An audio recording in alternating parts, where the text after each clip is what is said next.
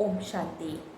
Practical जीवन और practical जीवन से जुड़ी प्रैक्टिकल बातें जो हम करते आ रहे हैं, आज बात करते हैं प्रैक्टिकल जीवन के ऐसे प्रसंग की जो हर एक व्यक्ति के प्रैक्टिकल जीवन में आना ही है।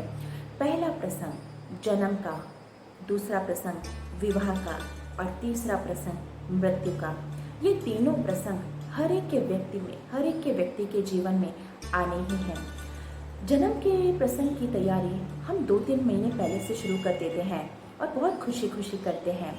विवाह के प्रसंग की तैयारी हम 2-3 सालों से शुरू कर देते हैं और बहुत खुशी खुशी करते हैं।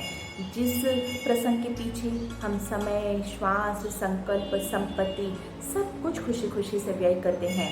और तीसरे प्रसंग की तैयारी जो मृत्यु का प्रसंग हर एक के जीवन में आना ही है, उस प्रसंग की तैयारी ना तो हम करते हैं और ना ही इसकी चर्चा हम आपस में करते हैं। इसकी चर्चा से ही मन भयभीत हो जाता है। पता है ये प्रसंग भी जीवन में आना ही है, पता है ये प्रसंग हर एक के प्रैक्टिकल जीवन में आना ही है, लेकिन फिर भी हम तीसरे प्रसंग की तैयारी या तीसरे प्रसंग की बात ना चर्चा हम आपस में करते हैं और ना ही इसकी पूर्व तैयारी करते हैं। ऐसा क्यों? मृत्यु के प्रसंग को हम हंसते हंसते स्वीकार क्यों नहीं कर सकते? मृत्यु के प्रसंग को हम भयभीत रीति से क्यों देखते हैं और मृत्यु के प्रसंग से हमें इतना भय क्यों रहता है? जब मृत देही को घर में लाया जाता है तो सबसे पहले उस जमीन को साफ और स्वच्छ किया जाता है, उसके बाद लिटाया जाता है और उस पर गंगा जल छिड़का जाता है, अर्थात शरीर में रहे जल तत्व का शुद्धिकरण। उसके बाद घी लगाया जाता है, अर्थात अग्नि तत्व का शुद्धिकरण। उसके बाद चंदन लगाया जाता है, अर्थात वायु तत्व का शुद्धिकरण। और फिर मुख में तुलसी डाली जाती है, अर्थात आकाश तत्व का शुद्धिकरण। और बची हुई राख को साथ में ले जाकर, अर्थात भूमि तत्व को भी शुद्धिकरण करके हम गंगा में प्रवाहित कर देते हैं। कहते हैं प्रकृति ने जब हमें ये शरीर दिया था तब बहुत शुद्ध रूप में दिया था।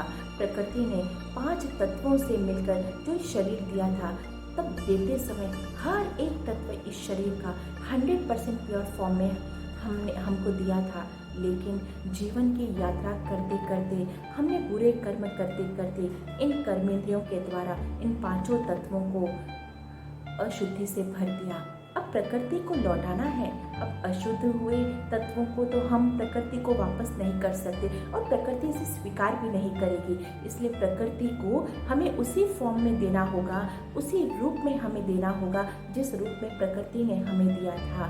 तो शास्त्रवादियों ने, विद्वानों ने शास्त्रों के अंदर ऐसी विधि बनाई, ऐसी रीति रिवाज बनाए जिससे हम प्रकृति को फिर से हर एक तत्व को शुद्ध करके प्रकृति को उसी रूप में लौटा सकें जिस रूप में प्रकृति ने हमें ये शरीर और ये तत्व दिए थे। गीता के अंदर 2 शब्द आते हैं, ज्ञान और भक्ति।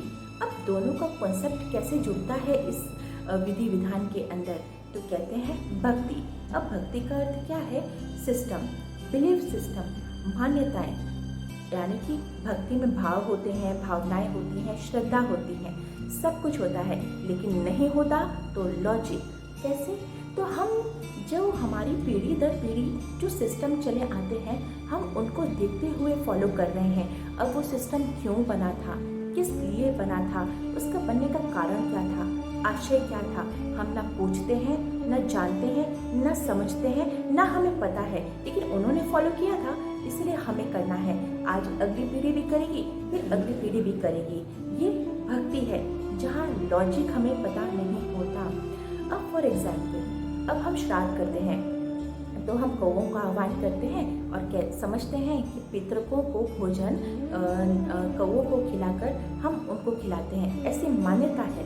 अब सोचने वाली बात है, लॉजिकल बुद्धि क्या कहती है कि कौवों का स्थान और कहाँ उस व्यक्ति का स्थान जो शरीर धारण करके उन्होंने अपने जन्म को जिया, तो उस व्यक्ति और कौवे का क्या मेल?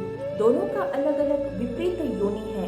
तो व्यक्ति को खिलाने का आशय यानी कौवों को खिलाया, ऐसा मानना ये कहाँ का लॉजिक बैठता है? कहीं लोग पूछते हैं कि कृष्ण के ऊपर मोर पंखी क्यों? क्या कभी सोचा है इतने सारे जीव जंतु हैं दुनिया के अंदर, किसी के भी पंख को या कृष्ण के ऊपर नहीं लगाया, सिर्फ मोर पंख ही क्यों चूज किया गया। कहते हैं मंदिर के आगे कई बार पढ़ा भी है और लिखा भी होता है कि चमड़े की वस्तु नो अलाउड। मंदिर में प्रवेश करने से पहले चमड़े की वस्तु को बाहर खोलकर आए। क्या अर्थ है इन सारी बातों का। जब मृतदेह को घर से बाहर शमशान घाट की तरफ लेकर जाते हैं तो कहते हैं कि चौराहे पर उस अर्थी को घुमा दिया जाता है।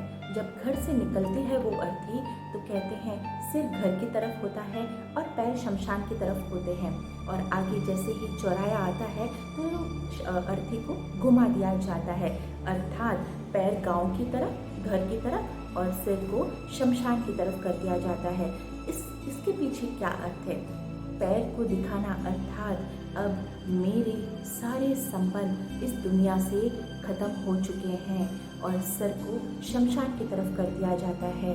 फिर मटकी को फोड़ दिया जाता है, अर्थात अब मेरा इस भूमि से, यहाँ के संबंधों से कोई भी नाता नहीं। इसलिए मृत्यु को एक और नाम दिया जाता है ननामी, अर्थात जिसका कोई नाम नहीं रहा। तो कहने का भाव क्या है कि भक्ति का लॉजिक हमें पता होना चाहिए। हर एक चीज़ जो हम कर रहे हैं उसका हमें ज्ञान होना चाहिए। अब जैसे आज हमारे घर में अगर कोई प्रसंग होता है मृत्यु का, और उस मृतदेह में अपनाई जाने वाली विधियों कारण ही हमें ना पता हो, और आने वाली पीढ़ी जो लॉजिक बुद्धि वाली है, जो विज्ञान को मानने वाली है, जो गूगल में सब कुछ सर्च करने वाली है, वो हमें पूछेगी कि ये क्यों कर रहे हैं, ये करने के पीछे इनका आशय क्या है, तब हम उन्हें क्या जवाब देंगे। जब हमें उस बात का पता होगा तब हम उनको लॉजिकल आंसर दे पाएंगे। और आज की जनरेशन 21st सेंचुरी जब तक लॉजिक नहीं तब तक असंतुष्टता और असंतुष्ट ही रहती है। जब वो हमसे पूछेंगे तो हमारे पास भी इसका जवाब होगा या नहीं, ये सबसे बड़ा प्रश्न चिन्ह है। फिर बात आती है ज्ञान की। ज्ञान अर्थात समझ, ज्ञान अर्थात विवेक, ज्ञान अर्थात जो कर रहे हैं उस करने के पीछे उसके आशय को जानकर करना। ज्ञान अर्थात जो कर रहे हैं उसको जानकर, मानकर, समझकर, विवेक के साथ करना, ये है ज्ञान।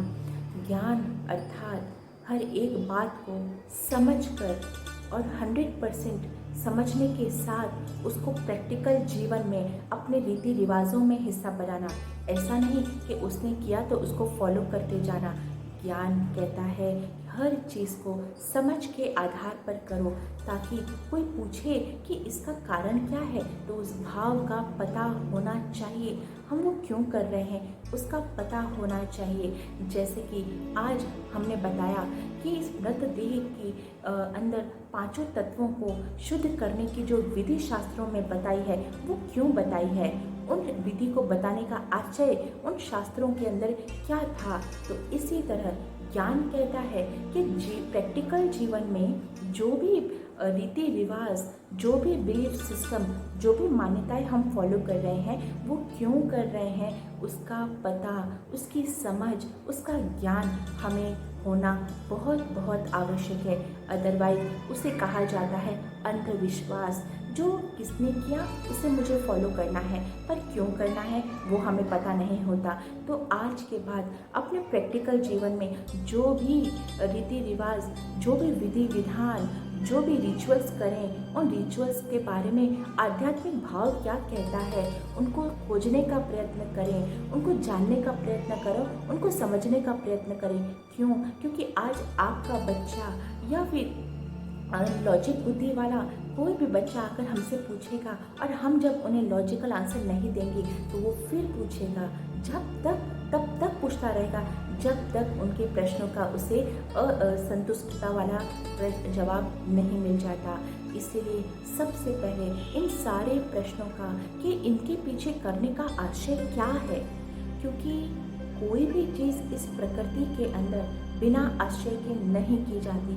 हर एक के पीछे कुछ ना कुछ आशय, कुछ ना कुछ भाव, कुछ ना कुछ आध्यात्मिक रहस्य कुछ ना कुछ ज्ञान समाया हुआ है, तो उस ज्ञान को समझने का प्रयत्न हम सबको करना है। अगले वीडियो में हम जानेंगे कि आखिर मृत्यु से हमें इतना भय क्यों लगता है। ऐसे कौन से कारण हैं जिससे मृत्यु का नाम सुनते ही कंपकपी से आ जाती है। ऐसे कौन से कारण हैं जिससे हम मृत्यु के बारे में चर्चा करना तो दूर, उसकी पूर्व तैयारी भी हम नहीं करते हैं। तो ऐसे कारण क्या हैं वो हम अगले वीडियो में जानेंगे। ओम शांति। Thank you.